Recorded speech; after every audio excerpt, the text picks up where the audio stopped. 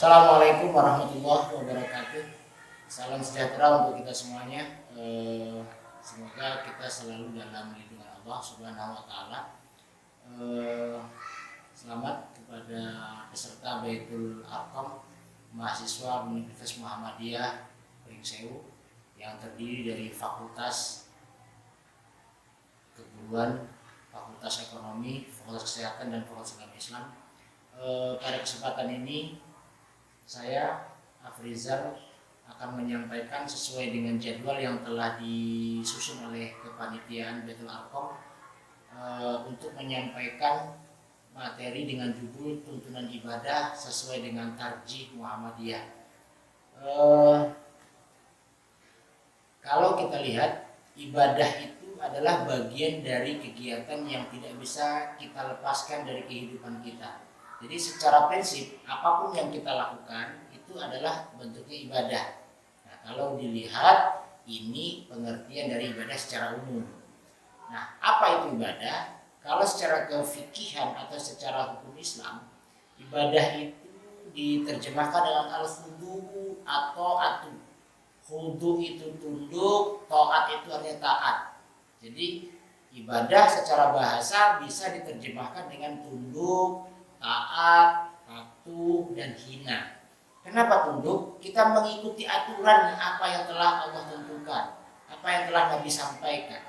Taat, kita taat dengan apa yang telah diturunkan kepada kita. Hina, bahwa menunjukkan bahwa ibadah yang kita lakukan ini menunjukkan kehinaan kita sebagai manusia. Nah, ini pengertian ibadah secara bahasa. Sedangkan pengertian ibadah secara istilah bisa diterjemahkan upaya untuk mendekatkan diri kita kepada Allah dengan melaksanakan apa saja yang telah diperintahkan dan menjauhi segala larangannya, dan berupaya untuk melaksanakan apa saja yang diperkenankan oleh Allah. Nah, ini pengertian ibadah secara istilah gitu. Nih. Kemudian kalau kita lihat dari pembagiannya lagi, ibadah itu bisa dibagi dua. Yang pertama ibadah khassah atau ibadah mahdhah bahasa kita. Apa itu khassah? Ibadah khusus. Apa artinya? Ibadah yang ketentuannya, tata cara pelaksanaannya sudah diatur dan ditentukan bagaimana kita melaksanakannya. Apa contoh? Ibadah salat. Ketentuan dan peraturannya itu sudah diajarkan oleh Nabi kita, dan ketentuannya sudah tertulis dalam Al-Quran, dan juga ditambahkan ketentuannya dalam hadis-hadis Nabi. Nah, ini namanya ibadah khassah. Puasa Ramadan yang kita lakukan ibadah khassah. Kenapa? Kewajiban pelaksanaan ibadah khassah itu ada dalam Al-Quran, terdapat dalam surah Al-Baqarah 183. Ya ayyuhalladzina amanu kutiba alaikumusiyam kama kutiba alal ladzina min qablikum la'allakum tattaqun. Hadis Nabi banyak. Sumu tasihu, puasalah kalian maka kalian akan menjadi orang yang sehat. Apalagi zakat. Setiap perintah yang diajarkan dalam Al-Quran tentang salat, iringannya zakat. Aqimus shalah wa atuz zakah. Ini khassah namanya. Nah, kemudian yang kedua ada namanya ibadah ammah, ibadah umum. Apa artinya? Semua bentuk perilaku dan perbuatan kita yang kita lakukan selama hidup dalam rangka untuk mendekatkan diri kita kepada Allah dan memiliki nilai-nilai kebaikan, semuanya dihitung dengan sebutan ibadah. Nah, sekarang kita akan sedikit mulai mengerucut kepada kajian kita. Judulnya tuntunan ibadah sesuai dengan tarjih. Nah, kalau dilihat seperti ini, maka kita akan mencoba menalarisasikan, kita akan mendeskripsikan ibadah yang seperti apa, kenapa dengan tarjih, ada apa dengan tarjih, dan tarjih itu apa. Nah, sebagai mahasiswi di perguruan Muhammadiyah ini mesti mutlak, keniscayaan harus paham apa itu tarjih. Dalam hukum Islam yang diajarkan di dalam perguruan Muhammadiyah itu tidak bisa lepas dari yang namanya tarjih. Kalau secara bahasa tarjih itu diambil dari kata-kata rajih. Rajih itu mengambil sesuatu yang kuat. Tarjih itu upaya untuk melakukan, untuk menyeleksi, untuk mengumpulkan mana yang kuat. Nah, para peserta Baitul Arqam semuanya yang insyaallah dirahmati oleh Allah, perihal ibadah ini sangat penting. Nah, kalau kita pikir ini sangat perlu sekali untuk kita bahas, sangat perlu sekali untuk kita pahami. Singgungan-singgungan di masyarakat kan banyak gitu. Coba kalau kita lihat hari ini terkait dengan salat saja dulu. Banyak perihal, banyak contoh pelaksanaan salat itu yang akan ada dalam keseharian kita. Kadang-kadang kaifiyah dan tata caranya itu berbeda-beda. Contoh, ketika salat berjamaah, imamnya mensirkan bacaan basmalah, seolah-olah imamnya tidak membaca basmalah, padahal wajib dibaca. Kenapa? Surat Al-Fatihah yang terdiri dari 7 ayat, itu ayat pertamanya bismillah. Tapi kenapa dalam pelaksanaan sholat sering kita mendengar imam seolah-olah tidak membaca, padahal dia membaca, tapi disirkan, dipelankan, tidak dijaharkan. Nah, di sini baru akan ada terjadi penelitian, akan terjadi koreksian.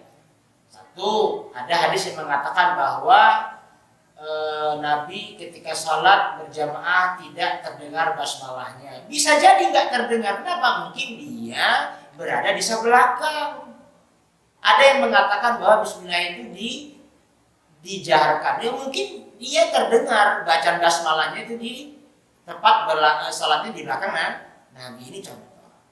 Yang pasti secara qat'i bismillah ayatun min suratil Fatihah, satu ayat dari surat Al-Fatihah. Tidak dikatakan surat Al-Fatihah itu kalau tidak dimulai dengan bismillah, karena ini bagiannya. Jadi kalau dalam tata cara pelaksananya, karena berkembang atau lahir hadis-hadis Nabi, atau timbul hadis Nabi, atau nampak hadis Nabi, seolah-olah itu tidak dibaca. Ini cara melihatnya. Kemudian yang kedua, apa upaya tarjih lagi? Tarjih itu seperti contoh ibadah makruh itu zakat. Kebanyakan perintah zakat itu untuk dibayarkan berbentuk makanan pokok, zakat fitrah contohnya, gandum dan kurma. Kalau seandainya kita masih kekeh dengan membayar zakat dengan gandum dan kurma, enggak zakat lagi kita hari ini. Nah, maka dilakukan tarjih, dilakukan pengembangan, pemahaman dan berwawasan yang lebih luas lagi. Nah, pemahaman seperti ini dalam tarjih dinamakan burhan. Mencari pemahaman yang dinamakan dengan burhan. Dalam istilah hukum Islam, perkara seperti ini dinamakan qiyas. Maka hari ini orang zakat fitrah itu cukup dengan membayar beras, atau boleh juga membayar sejumlah uang seharga beras yang kita bayar. Ini juga namanya tarjih. Nah, ini juga namanya tarjih.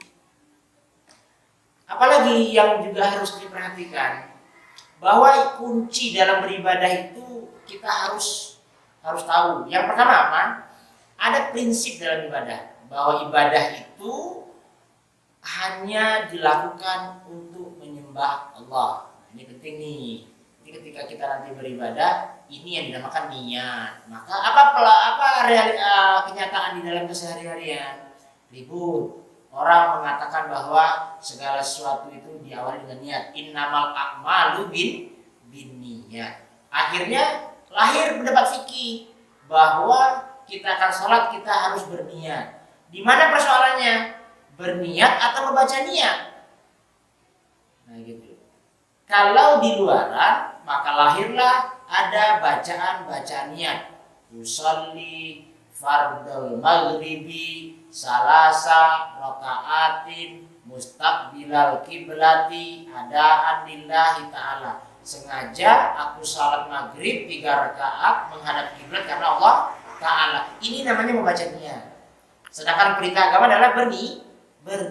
Maka tarjih di sini mengatakan tidak perlu melafazkan, tapi perlu berniat. Apa itu niat? Al-qasdu bil qalbi, sengaja hati untuk mengerjakan perbuatan. Sholatkah itu, puasakah itu, zakatkah itu, ataupun haji. Ini terkait dengan ibadah mahdoh.